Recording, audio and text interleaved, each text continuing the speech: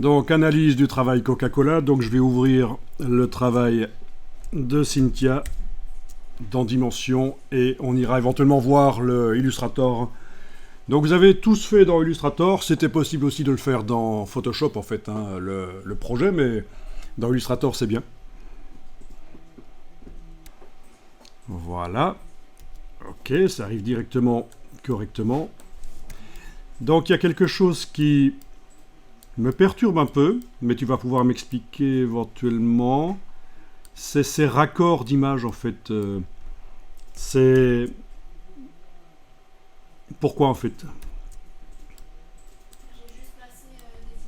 Ah, tu as placé sur le modèle plusieurs images l'une à côté de l'autre. Si je double-clique...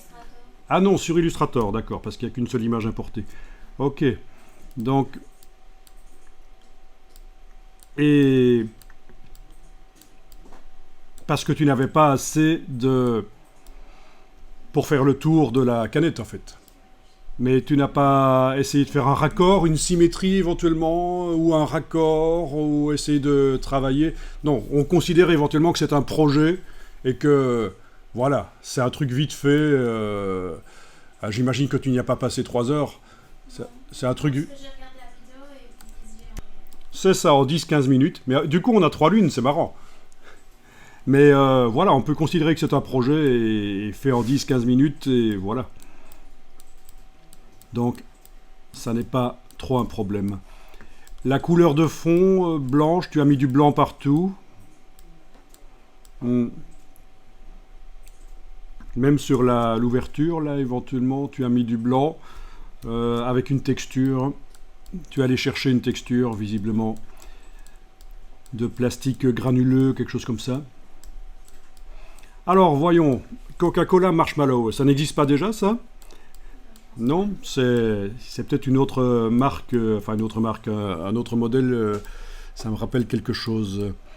Il faut dire chez Fanta, qui est la même boîte en fait, la même entreprise, ils font pas mal de goûts délirants et c'est peut-être là que j'ai vu du marshmallow, Fanta marshmallow ou un truc comme ça. Ok, ben écoute, pour un projet, je vois que c'est pas mal. J'aurais transformé éventuellement le rouge en rose ici. Mais en même temps, c'est le rouge Coca-Cola, c'est leur identité visuelle. On le retrouve dans le logo. On va double-cliquer sur elle. Tu as utilisé le template Coca-Cola qui était livré. Alors, pour une raison qui m'échappe un peu, ça ne fait pas la totalité du tour. Et donc, voilà, j'ai double-cliqué. Je suis au niveau de l'image. Et au niveau de l'échelle ici, je vais casser l'échelle pour pouvoir modifier uniquement en X, essayer d'étendre. Je vais peut-être le tourner pour voir justement l'endroit où il y a le problème. Voilà. Augmenter ça. Voilà. Et alors il y a toujours ce gap, ce trou. Raison pour laquelle, pour éviter ce trou, il faut exporter les UV et faire le travail dans les UV dans Photoshop.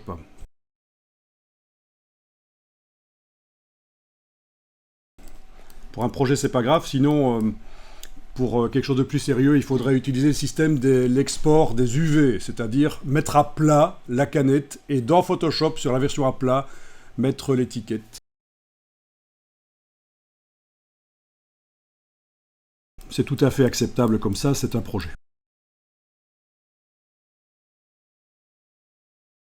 J'ai ici un petit dossier. Un décalcage ne fait pas exactement 360 degrés dans Adobe Dimension car il y a une limitation technique.